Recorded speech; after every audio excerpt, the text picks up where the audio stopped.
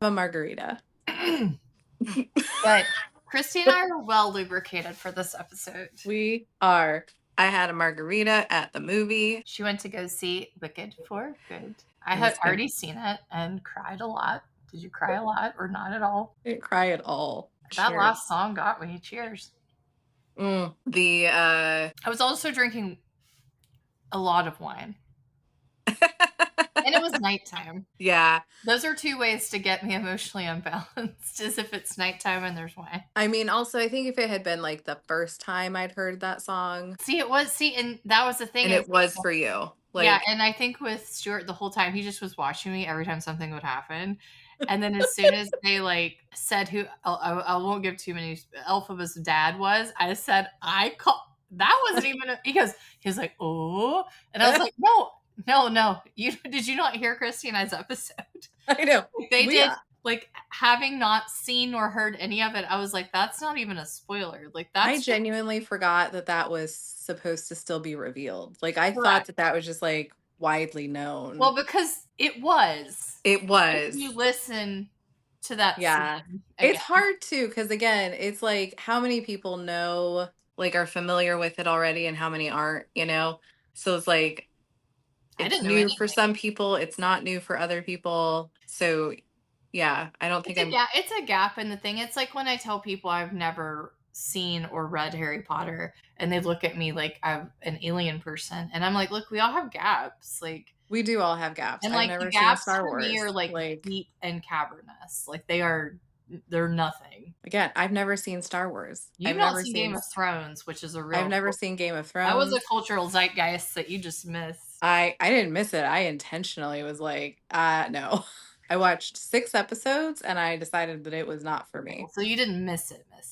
But the Wicked thing, which is not actually that surprising, because despite me being a theater major for a little while, musicals were never it for me. I was going to say, I feel like it's a really niche kind of fandom, or was more broadly a fandom now. But when I saw it, I was just like, I kept being like, this is just like real life. Oh my gosh. And all this stuff.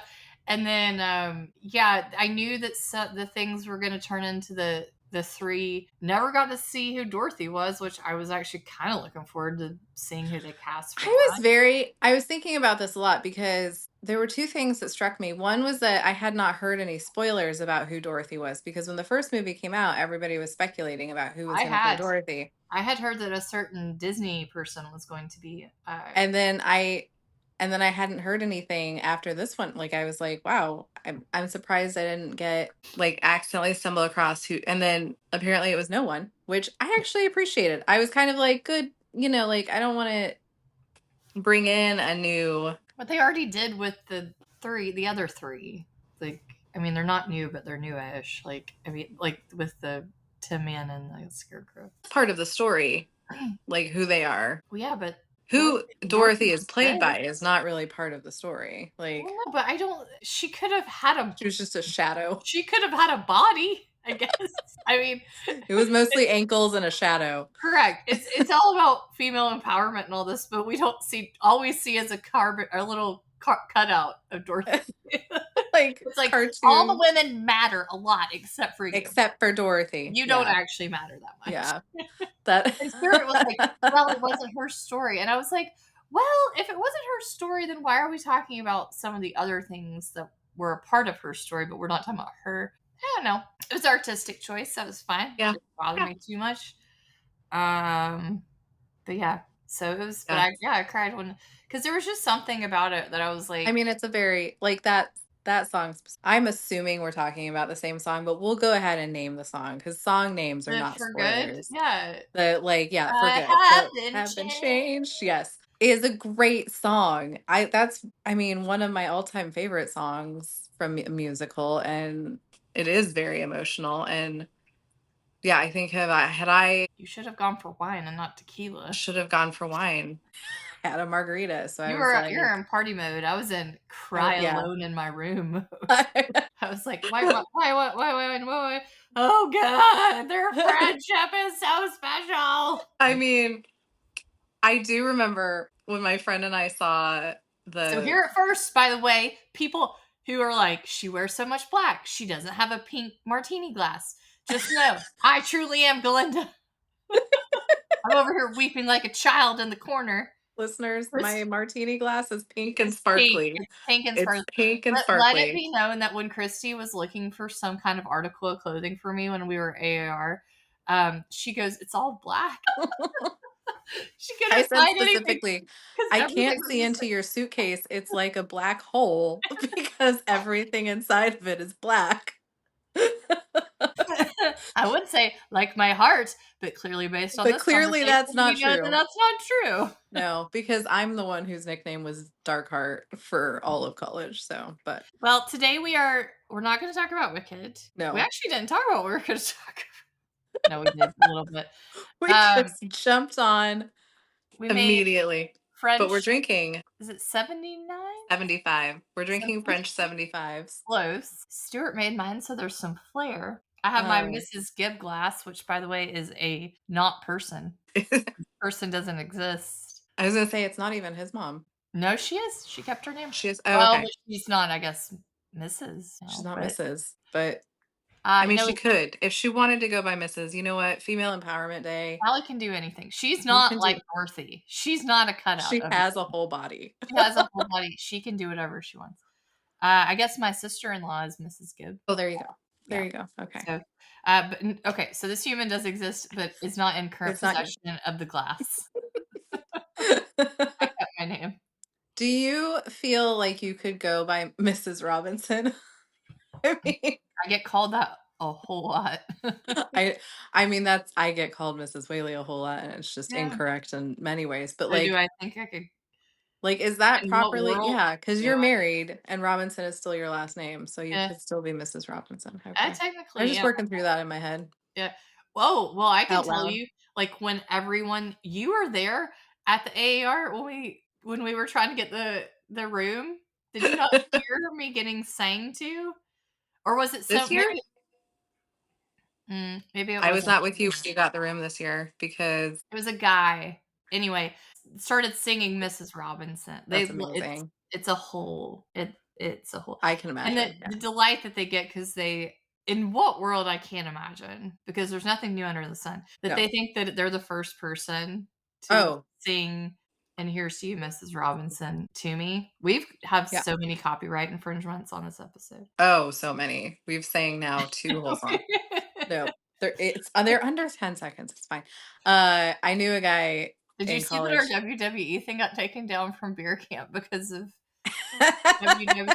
And Which didn't even include any there was WWE not a single anything. WWE reference, but they took It it just down. looked wrestling-like, and they took it down, which I Sure feel did. like is a real overstep. Like, I they never don't saw it. own I never all of actually got wrestling. to see us, and that's okay. It can stay there in my mind as a I It can was live. had a band out, and that's fine. But yeah, our segment where we beat up Josh Patterson Got every taken day in down. faith got taken down by WWE, and Which in my again, head, I was like, "You nothing. think that this was?" If they think you Not and a I have watched that for any amount of time, and where we would thought be this is stealing from the WWE. I would be like, there is a belt that's there was a clearly not belt. WWE. No, it said Theology Beer Camp. I hit Josh with a chair, and that was the entirety of it. Um, so yeah, I mean, what a wild overstep by WWE. I feel Correct. personally I like that victimized. whoever was in charge of finding things found our video and was like, "Yeah, Yeah, this has to go. this is it." This is clearly this is clearly infringing upon our Like copyright. Taylor Swift or something trying to find people using her songs. They're like, "Yeah, They have the same lawyers. They're they like, this has a slight aroma of the I'm like, "Well, WWE. you have kind of a monopoly on this. You really don't have to go picking No. fights with people, but hey, there you go. Hmm. The man got us down." So these French 75s are Yeah. okay. It- I like looked up like I have no idea what's in them because I didn't make it, but I think it was like gin and lime juice and Gin and prosecco or champagne. It's supposed to be champagne. oh please, please. um, like I would do that. Gin and prosecco and simple syrup and lemon juice. And we And had that been wanting, well, no, sorry, let me rewind. Stuart had been wanting to make this for a while for when we had Thanksgiving. And then oh, okay. he had like picked it out of this cocktail book. Yeah. And I'm a big fan. I I'm like I'm French a huge 75s. I've drank like half of I was drinking Yeah, it they're before you got here. I was waiting on Christy to get back from the movie because she was like, "I might get back early," and I was like, "No, you're not. It's a long ass movie." it is a lot. It's not as long as the first one though. Mm. Um, and I know this because I did not have to go to the bathroom. You're drinking significantly less if you only had a margarita, though, I feel like. I did.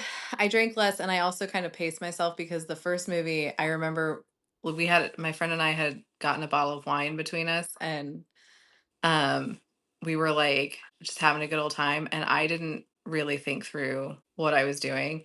And at some stage, I was like, I have got to go to the bathroom, and I like ran to the bathroom, came back really quick, and then like 20 minutes later, I was like, Are you kidding me? I have to pee again. One of those bags. It was like, Just "Oh my god, I'm gonna miss the whole end of this movie because I can't stop peeing at this stage." So, I great was con really great worried con about great that. content, great content. I know we're doing amazing We're today. doing amazing, sweetie. Oh god, infringement number 6. If Kris Jenner for sure is out there doing this, I believe that. Oh, yeah. In No, between no. her martinis, she's like, "Let's go see who is taking advantage of my family." So we have been doing some things. Yeah. We went to AAR, which was a big thing. We went to Good. Boston, and we We were very successful at that AAR as well. I wrote about it in the Instagram post. I You felt did, very like sort of like I was a part of the machine and not like fighting the machine this time, which was which nice. is great. Yeah, Yeah. I think having you there helps because you've got your built-in person, but it's also like I think for sure. there is like once you've been doing it for a while, you know where your pathways are, like Yeah. and where to go and who to like I'm not I meeting think with too. every publisher just like I'm meeting with the ones I know now and who are friends Yeah. now as opposed to just people who tell me what they still tell me what to do, but I think it's nice when you have a purpose at AAR instead of just kind of attending. Like I've been, and sometimes it's nice to not have anything like a paper to do or something because you can kind of relax. But like then you start to feel very like outsidery and like um I was very happy very. to not have a paper this year. I mean, every year that I don't do a paper, I think to myself, "This is correct. Why do I do papers?" Wishing you do it because you had a paper And very late on in the weekend, which feels like torture because I've it's had just a like paper the last day. I one year I gave a paper on the Tuesday morning. And that was the worst. That was firstly, no one goes to that, like, I was at gonna all. say people are gone probably at that No one is there. Secondly, you've just spent the entire weekend being like, "My thinking paper is about still coming up," you know? You really want it to be on the early end of things, um, but it is nice though, that, like, you had your award ceremony, for your book that was nominated, which is so cool for the, yeah. Bad Theology and COVID, and meetings and Yeah, I like, I had had like, stuff we to had do. things, like, to do, And then there was but it stuff that we did, like what I sent you an email about, or I sent you screenshots of emails yes, that yeah, actually end up being weirdly important, even though you don't even yes. know they're You important. don't even know that it's important, and then it becomes important, and you're like, "This was great." So, yeah, And you're just like one choice away from doing that. And it's, mhm, and it's not to make it seem like mystical or anything, but it is a good network. A lot of times people just want to meet you face to face. And I yeah, think that's a good thing for AR. You're never going to get a thing that has so many of the people that if you're in our world that you need to meet face to face. I will say I yes, did a podcast with Ryan Does last night and he didn't know what AR. We just kept saying AR. It's the American Academy of Religion. yeah, And he was like, I didn't know what that was. yeah. Y'all just kept I repeating. mean, And correct. it's our big, if you're a religious studies scholar, theologian, or even do Bible, it's your kind of big thing, your Yeah. big meeting of the year. It's the big annual meeting. It's the largest gathering of religious scholars in the world. It Yeah. happens once a year. And it's this I was telling my students about it. So it's um scholars of all religions from like Nice. Christianity and Islam, Judaism, Hindu, like all the way to like people who do New Age or neo pagan, atheism, secular, like all of it is there. And all of the different flavors of religious scholars, like us, theologians, biblical scholars, because it's paired up with the Society for Biblical Literature. So if you hear people say AAR, SBL, that's why. And then like, yeah, so it's everything going on. And it's great. It can be overwhelming, It and can be it's such overwhelming a for big sure. hustle fest. Like, I Yeah, speak from a place of privilege that I am now a part of the system as opposed to for sure. kind of floundering against it. Like, I think, we both have very significant ends in this world. And there's a lot of people who are just getting their PhD that are like, what am I going to do? And to those Yeah. people, I say, I'm sorry.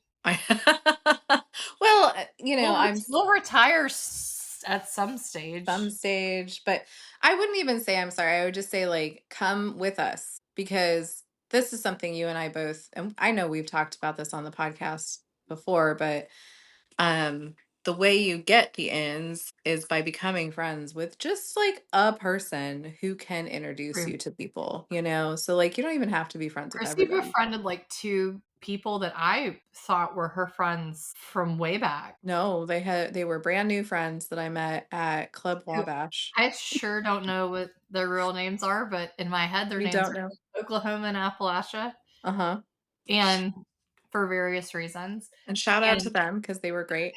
they were so funny, and they just like I they're these people. It's weird because it's such a huge group of people that sometimes the people you want to see, like some of my old colleagues, I don't get to see a whole bunch. Yeah. But then there's some people that you just keep seeing. You keep seeing to the point where we were at the airport and I That's right. at security and I like put my stuff in the bin, and I was about to go through the metal detector and I like look up and there is Appalachia and I said out loud, "Why are you always around?" Why are you always here?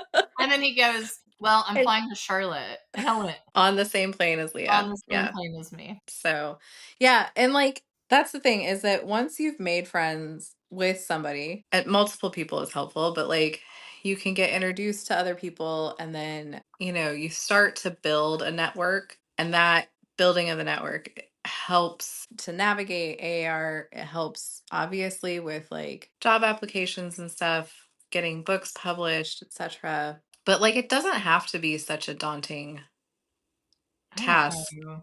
I I mean, it can be. It I really don't can think that be. anything I'm not saying everybody's going to get a job. I'm just saying like if we're just talking about like trying to make AAR I every year have to like really like Christy's like, I'm ready for AR. And every year I have to kind of like pump myself up for it. And part of that I think is you have to feel like it's really beneficial. And I have a real like chip on my shoulder that's, I mean, fairly well known that my group of practical theology people just don't care about me there, and that's fine. It yeah. truly is fine, but it just means that like I have to kind of search out different groups, which strangely enough has been the science and religion people, which I is a beer camp thing, but also an Edinburgh thing. Mhm. Which makes sense. We had a really good science and religion group there, but it's just one of those things where it's like, if it doesn't, I think you have to evaluate because it's a lot of money. It's a big investment. It And is, if you yeah. can't walk away and say like, I feel like I benefited from this. Like I walked away this time and was like, yep, that was worth the money and that, then it may not be something that's worth it for you. I don't think it's for everybody. I don't think it's for everybody. Also don't think that it's every year. I don't think there's a reason for everybody to go every single year. Oh, I for sure. think like And shout out if you are in a region and you just want to start out with a baby AAR, mhm. Those are nice. I've always liked regional just AARs. dip your toe in with the regional. It's a good way to meet people. It's a good way to get the experience. Kind of see, yeah, Christy and dip I your will toe be at in. AAR Southeast in Mhm. March. I had to think about it. I was like, I don't know when that is. I'm president elect. I should. No, you should. I should. Uh, it'll be in Greenville. Greenville, South Carolina. Yep. Yep, it'll be lovely. It So, will be. It'll be good. Um, yeah. we had to change the date on it because this is behind the curtain. We were there the same. we had booked the same weekend as the SEC Women's Basketball Championship, which That's is a bad also idea. being held at Furman. Yeah. They were like the university wouldn't even, like, let us they were like there was just, like, a big No. X. It was It was like, just "No." like, They were like, this "No." is not available. I don't that's wise. I don't wanna be there at that same time. Can you imagine? No, no, I can't, and I like I myself played women's basketball, and I don't want to be there at the same time as I all. mean, I support women's basketball. I just like Chrissy hates women in sports, y'all. You've heard it I here do. first.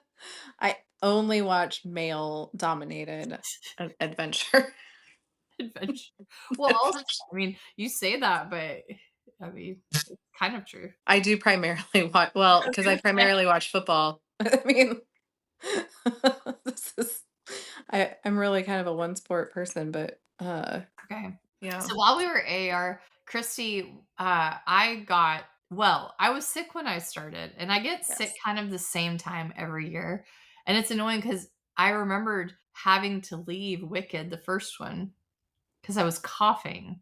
I So, remember that which shows that it was exactly this time exactly this time last year last that I year, got the yeah. same kind of sick. So I didn't go to this panel, but it was a panel that had a lot of heavy hitters on it, and some friends like, Katie Cross from Aberdeen was on this Mhm. panel. What was the actual? Was it systematic theology It was a unit? systematic theology unit, yeah, Yeah. on the resurrection, but as Katie Cross said in the intro to her paper, she's a practical theologian, and Yes. thanks for letting her crash the party.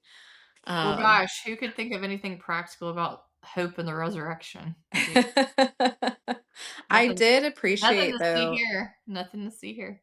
a couple of things, though, about her presence there. One is that I felt like so the panel was Kelly Brown Douglas, who was just at Theology Beer Camp, Yep.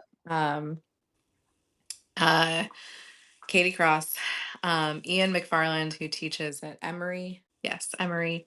And then Judith Wolf, who is at the University of St. Andrews. And I would say, I think very kind of obviously, Kelly Brown Douglas's talk was also very practical and very like grounded in real world discussions. And obviously, Katie Cross's was. But even with Ian McFarland and Judith Wolf, who did do a much more kind of traditional systematic theological talk, they both were also still focused really on practical applications. And then the talk really, like the Q&A time really ended up being heavily focused on Katie Cross's paper and practical aspects. Well, because I So think a lot she of really times, stole the show. I will say, good. yeah. I live for it. I love Katie to death. So I didn't get to go because I was You were dying in the unable room. to. I had attempted the night before to go to Christie's paper, which lasted, I would say, out of her like 15 minutes, I probably managed a solid 7.5 before I had Yeah. to leave. Before I just was dying. Although she was in a hot box, so That that room was was miserable. it Yeah. was very It was so miserable. hot. Yeah. I'm assuming this was bigger, but it was stressing me out thinking about it, so I didn't go. Instead, I watched guys, which is going to be the joke forever. I watched the Cabo episode of Laguna Beach. Um, what happens in Cabo stays in Cabo. I had forgotten so much about that episode, and then Christy came back and she was like, "I have all these notes of like all. It was so great. It was so wonderful." And I'm just like, "Yeah, but did Elsie sleep with Steven? Like, did that happen? Like, they put that note on the door, but did it happen? You Like, know what else was incredible? Cabo. I mean, that is the best episode of Laguna Beach, like, hands down. truly, It truly, is Kristen dancing on like a peak. bar or something. Like Yes. it is." And then she came back, and we were on the hilarity of two people being on such different journeys in that moment. I Yep. had not moved from the place that she had left me, but I was full of lots of Cabo knowledge. Christy, on the other hand, had actually been a good theologian and gone and listened to very important scholars talk about theology. I read her notes today, and I will say, it read how you're describing it, which is it felt like a tale of two halves. Like it felt like they were talking, like whenever. they would Katie and Kelly Brown Douglas would talk about like the trauma of kind of life and the need for hope and all of this sort of stuff. That felt very like a tangible thing. And then I would skip to like the Ian and Judith sections, and I was like, okay, we're off with the fairies again. I like, and again, this is why I do practical theology, Yeah. not to Like discredit. I said, I agree in their papers. I mean, Ian's paper I thought was very obviously very well done. And um Somehow Christy and I make it work, but really like because we're real brilliant. interesting ideas and stuff. Judith's paper, again, also obviously was very well done. Very interesting ideas. Which But is they just were saying much that more everyone's not doing shitty papers. like, We yeah, can hold like that as a baseline. also none of these people like applied for it's not like they like put in paper proposals for this panel. Like this was put together intentionally. So like, Yeah. but they were much more kind of theoretical, etc. But then like I said, everybody, the moderator, whose name I believe was Hannah, but I cannot remember Hannah's last name, um did a great job of asking questions, but was very focused on the practical elements. And then a lot of the questions coming from the audience had a lot to do. I mean, Katie was getting a good Almost amount like more than that's what anyone people else. understand and relate to life better than the systematic stuff. Um, It's almost like the and systematic stuff has been abstracted from real life. Well, and I think that it was a good demonstration of that you can do systematics. I think this is what I appreciate about Kelly Brown Douglas is that she's not standing up there saying I'm a practical theologian. She just started doing both, She's like, here are things that I believe, here's the theology behind it, here's how it impacts real lives. Like this is the nature of the game and this is what we should be talking about. I think that Katie did the same thing. It's just that she introduced herself as a practical theologian, kind of Well, placed it's herself in because that, we which had to sort of Katie's in from the Scottish system. We had to lead with that. yeah, Katie's at Aberdeen, as you said, yeah. Yeah. Most of the time we had to lead with that. Like I only had, as I famously said, I had one paragraph worth of corrections in my PhD, which was so annoying. Because the whole rest of it was fine. I just had to put in that I was doing practical theology and not systematic theology. Yeah. And that forever lives rent free in my mind because it pisses me off. It Yeah. took Well, me I mean, 2 days to write that paragraph and I was done. And I just was like, but I was also like, this feels like a you problem. Like I didn't like yeah. why do I have to put that? So we're kind of trained to lead with that. But as I've said, and Christy's so sick of my one-liners, but I do think like I would never. it's all the same. Like when I do bad theology, like I start talking about, like Gordon Kaufman and Catherine Tanner, and it's like they would say they do systematics, Yeah. but But like they're also, yeah, I mean, they, they're doing it too. And Kelly did this really well. And then Katie, obviously, again, did it really well. It's just, I think it would be, I don't know that this would ever happen. I don't know how to like push this, but I think it would be really well served to start having like intentionally like units that are like systematic and practical, and you have to do both things. You can't be Mhm. like, no, I'm not touching this, or whatever. Like, because yeah, I mean, again, some of the questions that were coming, there was a lot for Katie, and there was a real big focus on practical aspects. And I mean, Katie, you could tell, was also kind of shocked. I think I'm not trying to put words in her mouth, but like she seemed genuinely surprised that she was getting so Well, because many you have all these objections. scholars, and we don't yeah, across well, at least in the UK has been taught that well, I think that paragraph is a perfect Yeah, example is that we are the lesser theology. We but aren't doing as hard work. So yeah, when you but start like getting even questions, Kelly would start saying like, well, Katie, I want to reference your paper, and like, I mean, the two of them were really quite a lot bouncing off of each other. I think Um, I think, and I'm not gonna put Kelly Brown Douglas in this world, but I think a lot of the like liberation, like Black theologian, womanist theologians, I think those people have already embraced that they're doing practical theology. Like, I don't think that Yeah. there's like a disconnect at all there. Hmm. And kind of what you're saying is that their sort of theological task is both a practical and a systematic creation. And so I don't think that, I think what happened in the States is that like the practical theology unit at AAR is just so inundated with like ministerial stuff and like pedagogy, and it's very sort of, Yeah.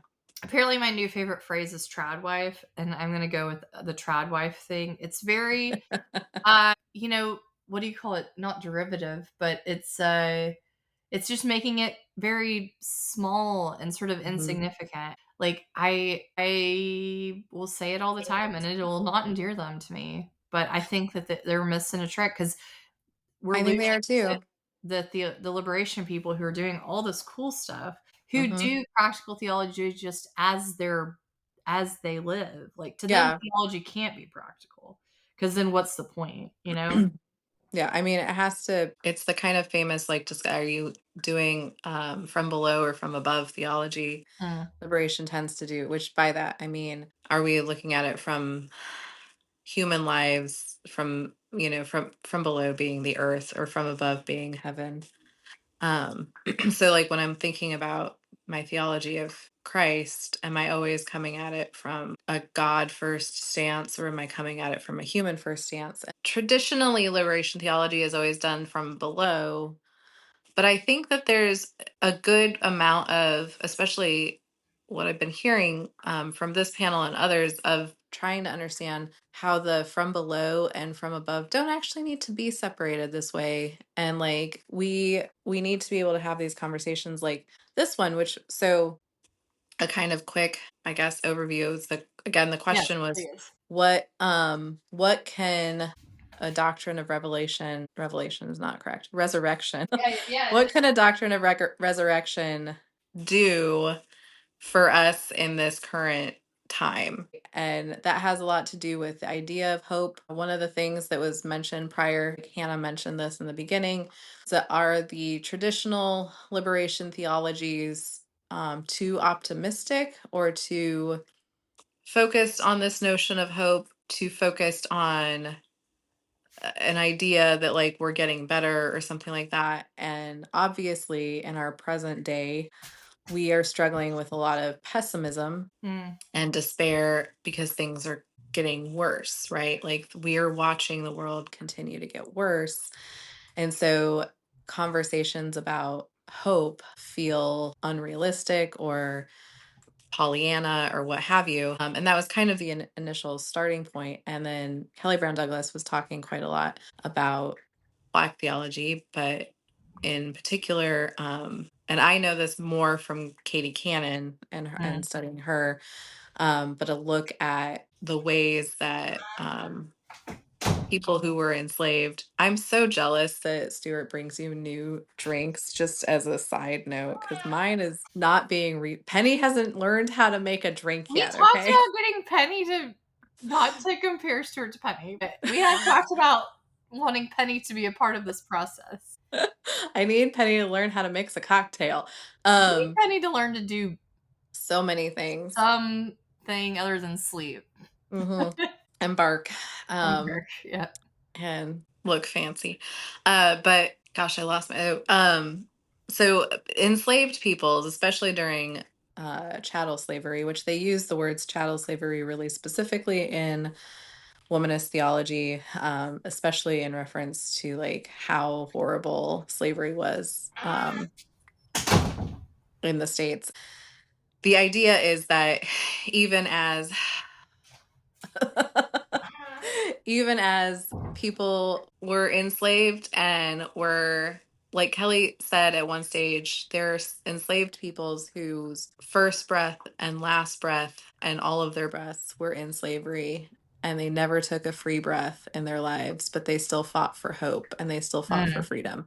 And this is what Katie Cannon does, is talk about a kind of quiet dignity that can be found in enslaved peoples, and what they do to fight against things. And so I mean, talk about despair. You can't really be more despair focused than in the midst of chattel slavery. So it's really, It's a common question my students ask in my religion in America class. mhm, They talk about, like, we talk about how some slaves kept the African traditional religion, some rejected mhm. all the religions, and some adopted, uh, and then some Christianity, yeah. combined, adopted Some Christianity and some combined, yeah, combined, right?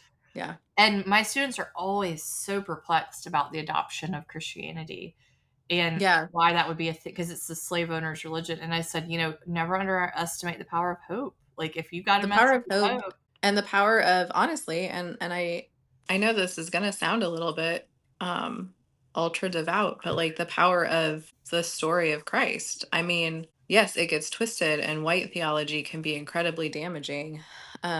But in fact, there's a lot of focus on what they were talking about, resurrection and the resurrection hope, especially from a man who was oppressed. He was Jewish, he was beaten, he was poor, he was homeless, he was all of these things that they could relate to. And also, then he was God and Mm.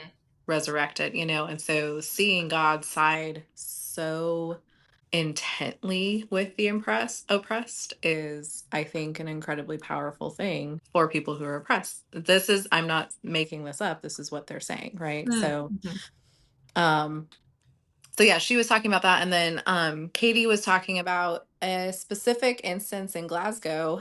And I took a couple pictures of her with the slides up, but it was in a part of Glasgow that's heavily populated by refugees. And as you and I both know, Glasgow has a pretty heavy refugee population, and Mhm. Glasgow has been working with refugees for a long time.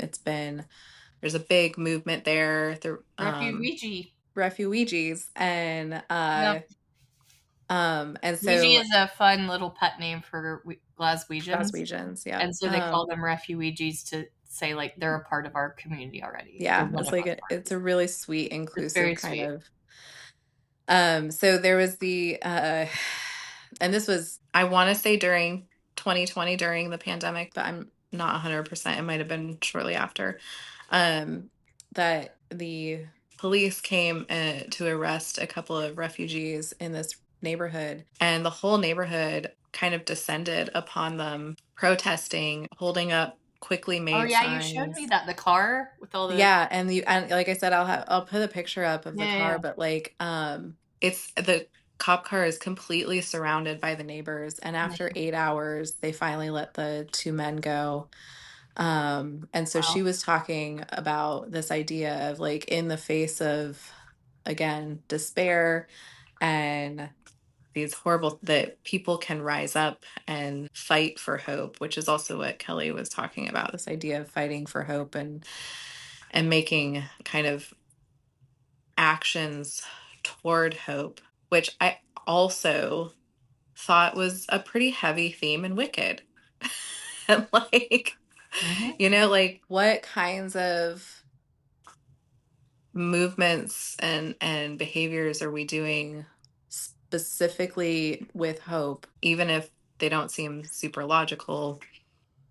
And even if um people are painting us to be, whatever wicked or whatever it is, like, how Mhm. that was, when I was reading through your notes, was the overwhelming thing that came across, was this idea of, what do we lose when we stop feeling hope? And I think that that is, and it's something too with Kelly Brown Douglas's stuff about talking about slavery, is like, that is a point where you would not have hope. Like, that Yeah. is a hopeless situation. Mhm. And yet it seemed like she was talking about the fact that hope was important. It's what kept you going. And, like, Yeah, hope can be a real cruel mistress. Like, it and can. Yeah. um it can disappoint you, but imagine a world where there is no hope. And to me, Mhm. that is a big message of the crucifixion and the resurrection, is like, do you want to live in the 3 days where Jesus was dead? Or do Yeah. you want to live in the resurrection time? You Mhm. know, because I don't think the disciples had hope. Like, they No, weren't living in hope. They were living in acceptance. they were living in despair. Yeah. Right. And even the women who were coming, people oftentimes see that as a faithful act. Well, it's a faithful act of dealing with dead after they're dead. Like they Yeah. were doing They were post doing dead a things. very, yeah, a very Yeah. common thing to do with the dead. Yeah. Right. So even they didn't have hope of that. Like that Yeah. hope was un sort of precedented at the time for that group. And so I think but like where do you want to live? Like do you want to live in that I mean that to me is the biggest theme that kept coming up is like Hmm. what do we and I'm not necessarily an optimistic person but all the time, but I do think Yeah. you have to have some version, especially in this world that we're living in, which by the way, I should say like it's a strange world. People who say it's never been like this before, that's not entirely accurate. Yeah, it certainly has. But And it doesn't suck any less. it It's doesn't just suck any less, and that doesn't mean I appreciate within both of these all of these talks, everyone really did stress that this is not meant to be a like ignorant hope right. or even like that you can't be hopeless. This was something Katie brought up and kind of took on became a really big talking point was that hope and hopelessness are often living simultaneously. Like Mhm. we are often both I would say hopeful very much living together. and hopeless, and Mhm. that those two things don't have to be like you don't have to say I can't ever be hopeless or I can't ever be doubting or worried or anything because that's not true And I think much and like the not helpful. disciples who didn't know that Jesus was gonna, come back. It's when I got in this conversation with Tom Ord on homebrewed Christianity, we were talking about the mystery, and he was like, "Well, we don't appreciate. They don't the open and relational like mystery seems to be a Yeah. real sticking point." And I'm like, "No, but what about the hope that comes in mystery? Like the hope Hmm. that we don't have all the answers." I think that that is actually important, and I could see his point, which was that hope can mean that you feel like you don't have to do anything. It's like that two Yeah. kingdom stuff. Like, well, I don't have to do anything because I'm going to go to heaven, or I don't have to do anything because I don't know the mind of God. Yeah. So, or I don't have to participate in X, Y, and Z. And to me, that's not what I was talking about. I think what I No. was talking, or well, I know what I was talking about there is this idea of like hope can come from a place where, as much as we talk and we talk and we talk and we theologize, that maybe we just don't have it right, and that actually we'll be surprised, Yeah. and that's okay. There's hope in that, Yeah. I think. Well, Um, and two, I think that there's a difference between optimism and hope. mm, Like you and I are both fairly cynical people. And no one know would what be you mean. like, yeah, like no one is surprised by that comment. But Kelly Brown Douglas said it, or not Katie, well, Katie Cannon, Katie Cross said it. But also, I just heard Jane Fonda talking about it. It was an Instagram reel that came Interesting. up, and Jane Fonda was saying, like, there's a bug. Jane Fonda was saying We that, mentioned Chris Jenner and Jane Fonda in our I podcast. know, I'll find the video, but she was saying that um hope is active, hope is a muscle, and optimism is sitting around and waiting and being passive. I'm just Mm, swatting at a bug right now, guys. If you hear, okay. yeah. But that's also what they were saying in the panel is that hope is an active thing. Hope is a verb, not a noun. Mm, Hope is intentional actions toward a better world, right? It is not sitting and waiting for somebody else to do something. That kind of passivity isn't what they're talking about. And I think that's really important as well, is that like what Katie was saying with people coming out and protesting the kidnapping of their neighbors right. is a hopeful action. Enslaved people choosing to believe that God is on their side is a hopeful action, even in the face of information that tells you differently, Mm, like, and I think that's something that we need to really take to heart at the time, too. Like, things are bleak. And Kelly Brown Douglas said this as well that the current authoritarian administration is cultivating a culture of despair. mm, Um, and that is done intentionally to paralyze us and to keep us yeah. from doing things. Yeah. Uh, and we have to hope and act out, and I think, like you've been saying, that living in the resurrection, living in this belief that we don't have all the answers, we don't know, what or how God is doing things, but we do know that that is happening, and we do know that we are acting on the side of God, Yeah. that we are Really understand trying that. Yep. to make things better. We are trying to change the world for the good For good. and for good. Let's get And wicked for good.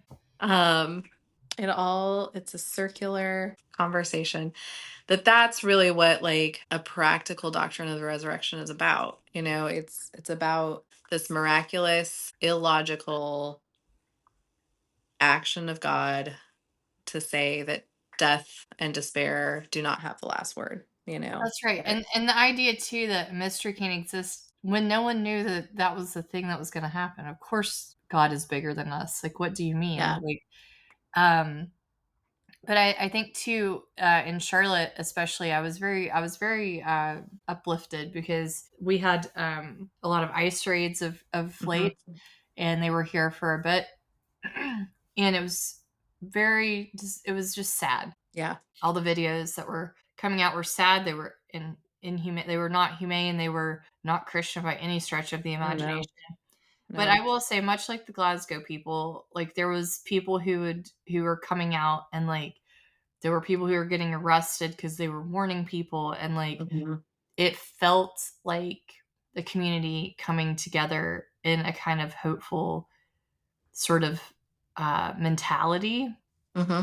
And I'm not saying you have to have a common enemy in order for that to occur, but you know, if you feel kind of like what you were saying is that, you want to be on the right side of not only history, but if you're religious, the right side of what you think God is. And you might be wrong. Like when I get it, when and if there is a heaven, and if I go somewhere else and I get there and God's like, you know what? Out of your like 8 criteria, you had about 2.5 right. I'd be like, well, I gave it a I go. tried. I gave it Yeah. a go. Like, Yeah. I tried. And God would be like, well, I actually am not really big into equality. I don't know. Fill I in the don't. blank. But I was trying to think of the silliest one. But I mean, I I think if you're acting in that way and you're causing, as John Lewis said, good trouble, I think it's, Mhm. that phrase is really important. And I think we've been given the inspiration for that through the resurrection, which is that, Yeah. you know, the bad guys don't have the last word on hope and No. on the future. We do, but we have to do something about it. Yeah. We You have to. can't wait. Yeah. We can't just sit around waiting for somebody else to do it. We also can't sit around saying it's impossible. Like both of those things are useless. That's Both of right. those things are honestly damaging. And at some Um, stage, even you and I have to get our head out of the books and go out yeah. and do stuff. I mean, I think the books are helpful. And I was talking to someone where I was like, this is sort of our version of, some activism is what we write about. But we have to combine it with going and telling people about things, Hmm. explaining it to them, and Yep. um, getting them to join the cause and stuff like that. I feel Yeah. like I'm in Les Mis right now. Um, Remember when Les he was like, Mis, "Come I on!" mean, look, here's the thing, and I do know Les Mis. I honestly like I don't know how to say this without sounding like a real snot or something, but like Les Mis is so good. It reminds me Like, a lot of Wicked, actually. It has a lot of the same themes, I feel like. yeah, it does. I mean, it is. It's very, again, it's very like there's something wrong and you need to fix it. You need to get up and you need to go fix it and you need to fight. And you can't do that if you just think like everything is terrible, nothing is ever going to get better. Right. You have to believe The hope. that impossible is actually possible, and and live in that hope. And Les Mis is really, I mean, that's what he's really, Hugo's kind of whining on about, is that like we it's a really long book. The play is phenomenal. I've only Good God. seen the play.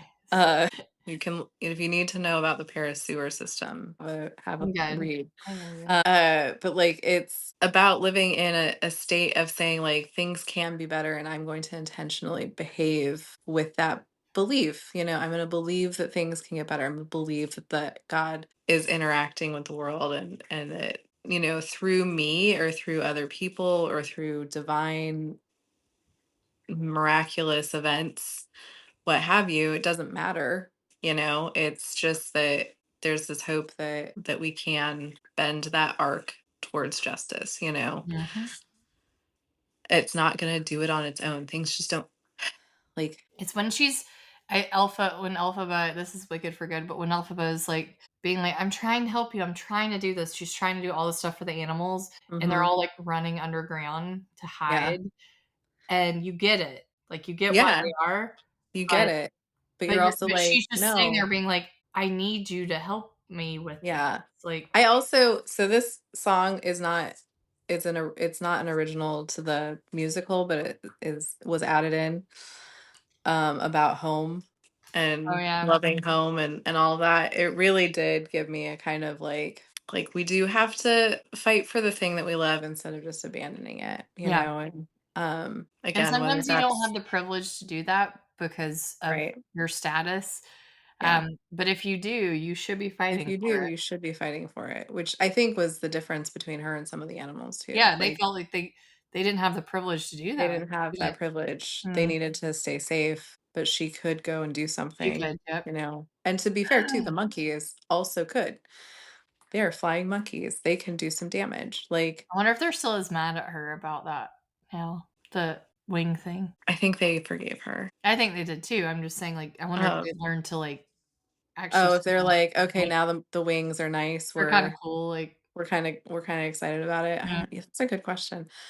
Um, I don't. I mean, they can fly, They can fly. Maybe they don't hurt anymore. I don't know. I was gonna say if it's I could get the If it's initial still, bet is not gonna be particularly they're not yeah. gonna be super I appreciative. can't remember if they were, like, permanently painful. I feel like they were because Oh, Gregory Maguire's the Tin Man that's sure true. wasn't happy about his situation. Oh, he was so pissed. He was so pissed. I mean, I I would feel be like I too. don't love his He's art. a Tin I Man. I know it. His art a Is little dark, yeah. it was rough, yeah. As a side note, the books, so much darker. I keep saying that because I did a little deep dive about the differences, which there weren't a huge amount, one pretty significant difference, but, It's a um couple of significant differences. well, between the I play and won't the say, movie. I'm yeah. not saying the book, but it just kept telling me, Oh, "Don't give the book to your kids." no, don't. No, Yeah, don't. and I that's coming from 2 people who are in the banned book club. Yeah, I want you to read all of the books, and I want your kids to eventually read some really dark and depressing books. I just don't think that this is Start with the Paris sewers, make your way up Start with the to Paris sewers. Yeah.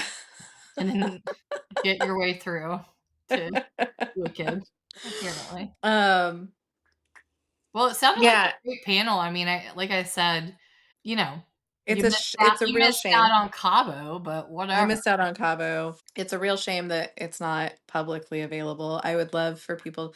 I mean, there were some other really great questions. I do want to mention also, like, Ian McFarland is the one who said at some stage, like, hope has to be active, and waiting is kind of like waiting around is useless. So that was, Hmm. I'm like pulling from him as well. And Judith said some lovely things also, Yeah, but like the idea that hope is yeah, it's an action it's word. a verb. Yeah, You it's an gotta you gotta action. keep doing it. Yeah. Jane Fonda said it's a muscle. Not It's just been comatose, kind of hopeful. inundated with this idea lately, but um I do want to also mention, and I told you this at the end, I didn't include it in the notes I sent you because literally it's just the last line that I had was no one can agree on what death is. Because I probably somebody at the end asked them, and it was basically the last question, and it was just really funny to watch this happen. But somebody said, "What is death?" And all four of them said, "I don't know what death is." which to me is wild. I don't understand why that's a hard question. It's because ultimately this is still a systematic panel.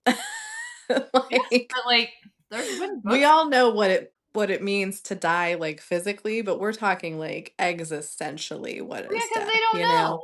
They don't know. And this is what they're saying, like, "We don't know," and then they would talk about stuff and they would say things, so they didn't just say, "I don't know," and move on, but, like, But they don't know anything, so they can give it a go. They don't know it was one of those moments where, and again, I think this is one of the things that I learned that I'm the most grateful for, is the ability to say, "I don't know." And it like, whether it's about God or whether it's because you just don't happen to know the answer to that thing, like, people need to be better at saying, "I actually don't know that answer." And watching Or these 4 this is much people like everything else I'm saying is a speculation about the mind of God. Here but, is like, like, again, like, I think saying, "I don't know," that's a good question, "I don't know," is, like, a powerful thing mm, to allow people in to learning about something instead of just always being like, "I know everything and you are stupid." So it was really cool to watch all 4 of them all do that. systematic theologians who are listening, which are all none of you, take None of them. take note of Um, what we just said. I It's okay also to say, "I don't know," it's okay. instead of writing 300 volumes of a dogmatics book to try to explain every version of reality that you might think could be real. Um, Imagine if Karl Barth apparently was just like, "I don't know." He would have had so much more free time. So much more free time. He didn't even finish. So what's the point, He dude? didn't even finish it. Who knows? Maybe he was gonna say, "I don't I know," don't what if the about the last Holy bit of his Spirit. last The dogmatic Holy Spirit was saved for last because he was gonna just be like, "Guys, I I don't know. don't know. This one, it's a mystery." Or what if Um, he was like, in reference to my other volumes, uh, eh, and it was just even though emojis didn't exist, it was just the shrug emoji. just a shrug emoji. Yeah. My other favorite part of this panel was that apparently Judith and Ian have been having a 5-year-long fight over something. I cannot tell you what that is because Like it's a I got secret that you lost in don't the know. woods. No, they were clear about it. I got lost in the woods on trying to figure out what they were Okay, talking about. okay. But they have been having a debate over a specific theological issue for 5 years now. And like she brought it up first, but they would go kind of back and forth. But it was like in good fun. Like they're having this Oh, fight. yeah. They're having a good time having this fight. No one is trying to stop them from having this fight. No one No. is upset. There's just a lovely debate happening. And I was like, this is what I Theology 101. live Like when for. Christy and I talk about the Trinity. And we're like, "No," and then people get worried that we're gonna divorce. We It's had our okay. first fight, guys. It was It lasted very disappointing to me, to be for fair. seconds. I was hoping that it would be because I was like, "Wait, what?" And then I was like, "Oh, okay." I wanted it to be something that I had, because when you get You older, wanted you it to be a real fight. I wanted to have done Something. Nope. shook you or Nope. punched Penny or Yeah. taken a picture and crashed it, taken your format picture and crashed it. I would punch you if you did that. I know that's why I'm mentioning things that I think would Would make anger you me. react Yeah. in that way. Nope. So, oh well. It was none of Back that. to the Trinity we go. It was over real quick. But you know who we're not? We're not Travis and Taylor. Oh my gosh. Well, first of all, I don't believe that I at No, I do all. because of that one that says if your combined wealth is what 1.67 6 billion and and she holds 1.6 of yep, that, then don't are fight you with her. gonna fight? No. Like I that's where I feel I is feel like the he would just most give up. Like, you I tell just me don't I Taylor mean the Swift man doesn't. can't spell squirrel, so I mean, I just did make the quip of what are they gonna fight about the meaning of life? Like, right? he's No, not they're gonna take not. that one to the bank. But I this is feel like he's just gonna believe everything she says. He's just gonna be yeah. like, "Oh, okay, But that's accurate eventually then." she's gonna be like, "But I need you to weigh in on that Kim and Kanye thing because 'cause I'm still And mad." he She's gonna be, like, 80 years old and, like, and She's gonna be like, "But do you side should with I me write about Kim and Kanye?" And he's gonna be like, "I don't," and then they're gonna have a real fight. she should be like, "Should I write another song about this?" He'll be like, "No. Write about the Maybe they retirement should home." have a fight. I think they have. I don't believe that. I don't I believe that mean, she's chill enough. You don't write like that. You've read some of these lyrics. she's not a chill She person. chill is not in her Chill is not in her wheelhouse, and no. that is Like, not me. That's not me being a hater. That's just no, I don't I am not a hater, and I would say when I listen to even, like, Reputation, chill I'm not is a chill not the word that person. comes to Yeah. You're not a chill person. We're not chill I'm not people. no, no, I'm No. Chill does not exist in this house. but also So but I think Travis is probably chill. So she probably got the best version. Stuart's pretty chill. Stuart is chill, But even today, like but he he'll still was get mad listening. about stuff. I've seen it. Sorry, he was listening to the World Cup, and Yeah. he had it on his phone streaming, and he was just stomping through the house, like Yeah. just throwing comments out. Keep in mind, I was reading.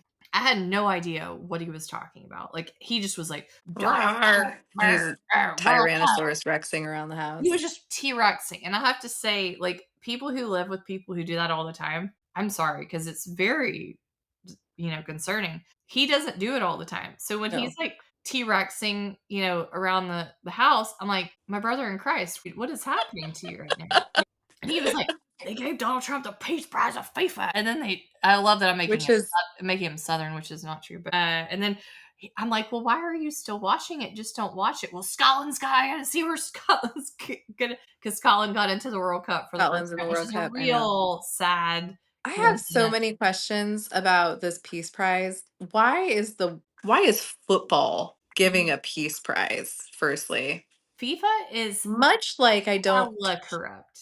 Hella, I hella. mean, for sure, obviously, I think that's something we can see currently Yeah. happening. But also, when I think peace, I don't immediately go to football, European football. And I'm saying that really specifically. Like, that is not a peaceful sport I just know. because it's not clashing helmets like American football. I, And, like, I wrote about also, it. I wrote about it.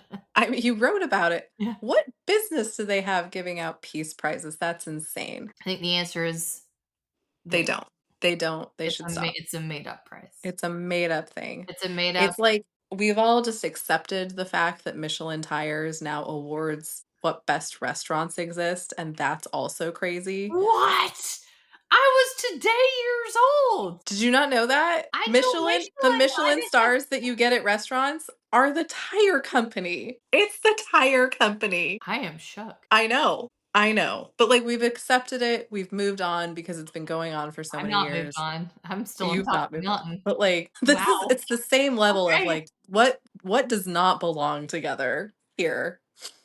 Yeah. Wow. Tires. Anyway, now I'm moving on. But yes, no, he was very upset about it. And I said, well, Yeah. just don't listen to it, boycott it, I whatever. can't. He's like, well, I can't do I it. understand. So they're Yeah. really, and I said, and it goes with kind of this conversation is like, you don't have to fight everything. I said, Yeah. but knowing about it is like, you know, and he goes, And, like, I'm being not like going to. And I was like, okay, yeah, like, being able to say, like, "Hey, I'm gonna go ahead and draw this line in the sand." Like, this,